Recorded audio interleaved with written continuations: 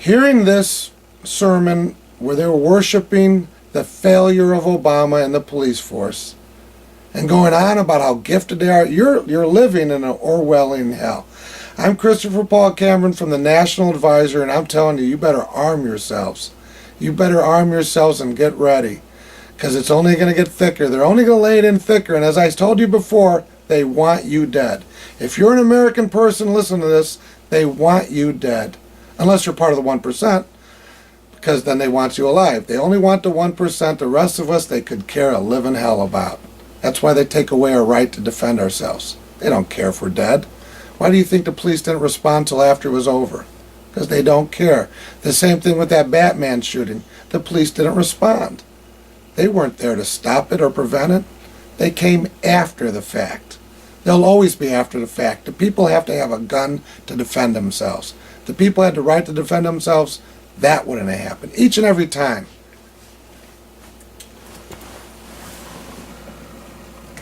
They were the clay, knowing that you always were the potter, and they were resilient in your hands.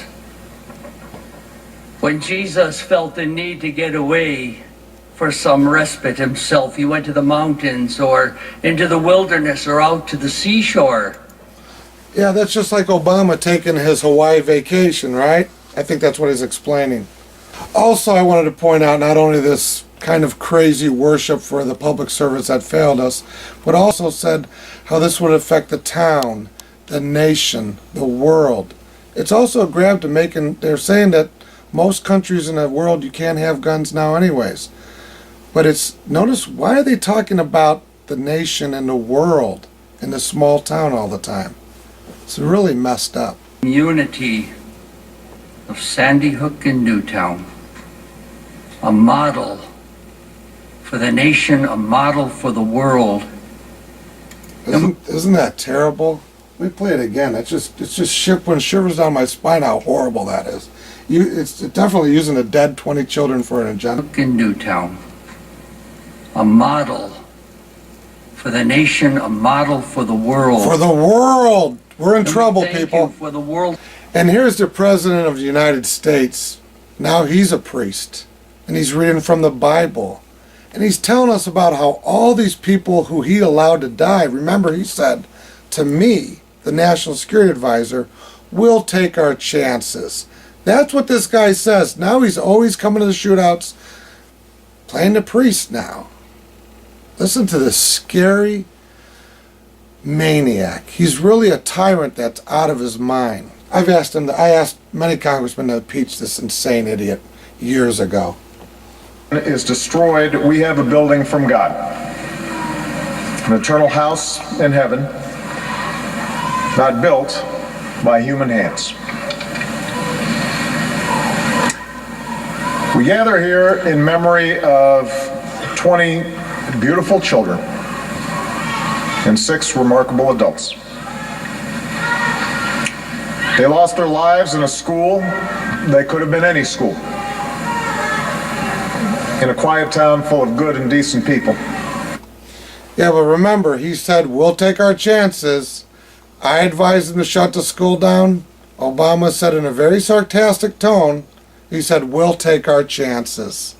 They're dead now. He's gambling with all of our lives. It's not really gambling, they're hoping we're going to die. That could be any town in America. Here in Newtown, I come to offer the love and prayers of a nation. Offer the love and prayers, but you notice what he's not offering? The right to defend yourself, the right to bear arms. He's not saying, okay, I'm tired of not letting people protect themselves with guns. I'm going to offer you prayers. Because that's why you elected him, isn't it? Well, you must have. You re-elected him because this was what he gave you the first 4 years, isn't it? Isn't the first 4 years just full of this? Every time there's a shooting, he comes and prays and says wonderful words that just seem to fall short of the facts and reality. This guy's a maniac, and he ran this country in the ground. I cannot believe you guys re-elected this guy. I didn't vote. I didn't like anybody. I was for Ron Paul. I would have voted for Ron Paul, but he wasn't on the ballot, so I didn't vote. If I don't see anybody I like, I'm not going to vote for the worse or better of the two. That's stupidity. You don't vote and say it doesn't count. This guy's a tyrant, not a president. That's how I look at it. And he proves it every day he opens his mouth, that he's a maniac tyrant, not an American president. He's an American maniac tyrant. I am very mindful that mere words cannot match the depths of your sorrow, nor can they heal your wounded hearts. I can only hope it helps for you to know that you're not alone in your grief. That our world too has been torn apart. Our world. Now notice that. The priests were talking about the world. The president now says, well, let's forget about your small town. It's the world, right? Have you ever heard Hillary Clinton? All she talks about is the world. We need to stop thinking about small things and communities. It's the world. It's, you notice that, the constant thing of the world. The new world order. The push for some type of groups of people that are now going to control us that aren't even elected anymore. Just like Obama wasn't elected. We have wept with you. We've pulled our children tight. And you must know that whatever measure of comfort we can provide, we will provide.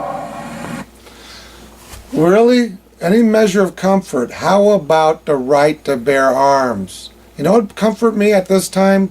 To walk around with a gun. Well, I guess I can. A lot of people can. But there's certain places you couldn't. So even though I can bear arms in some places, if I was here at that school, there's no guns allowed. I couldn't have defended myself. So there's certain places known as soft targets. They're where the government says you can't bring guns. Our tyrants tell you you're not allowed to right to bear arms at these places. That's where people are getting killed. Starting to get the picture? I doubt it. A portion of sadness that we can share with you to ease this heavy load, we will gladly bear it. Newtown, you are not alone. As these difficult days have unfolded, He was actually, if you see the body language of his mouth and his lips, he was trying to make himself cry. But you'll have to talk to another body language expert on that. I know very little about that, but I know enough to know that he was trying to make himself cry, and he couldn't. Because he, frankly, is racist and doesn't like the color of the kids anyways. If these kids were black, you'd probably see some tears. you've also inspired us with stories of strength. Here we go, that same old thing. You see what they're all patting each other on the back, that they all did great. They all been inspirational, right? How gifted the police were, how gifted the governor and mayor were, how inspirational and how they walk with God, and even how the people around this event inspired us. How come the people, nobody wants to live in reality? That there was a major failure of the president and law enforcement. Let's stick to the facts. The only inspiration is to say, yeah, the National Advisory is right. End the checkpoints, end the TSA, the fondling of genitals, return the rights of every American to bear arms and all their rights. The right to have an attorney, the right to speak, the freedom to speak, the freedom to assemble. I can go on all day, but this is about the gun thing right now, but they've taken every right away. Look it up. And sacrifice. We know that when danger arrived in the hall, I don't know, he said inspiration and sacrifice. I cut off too early, but sacrifice, does he look at the children, 20 dead children, as some type of sacrifice?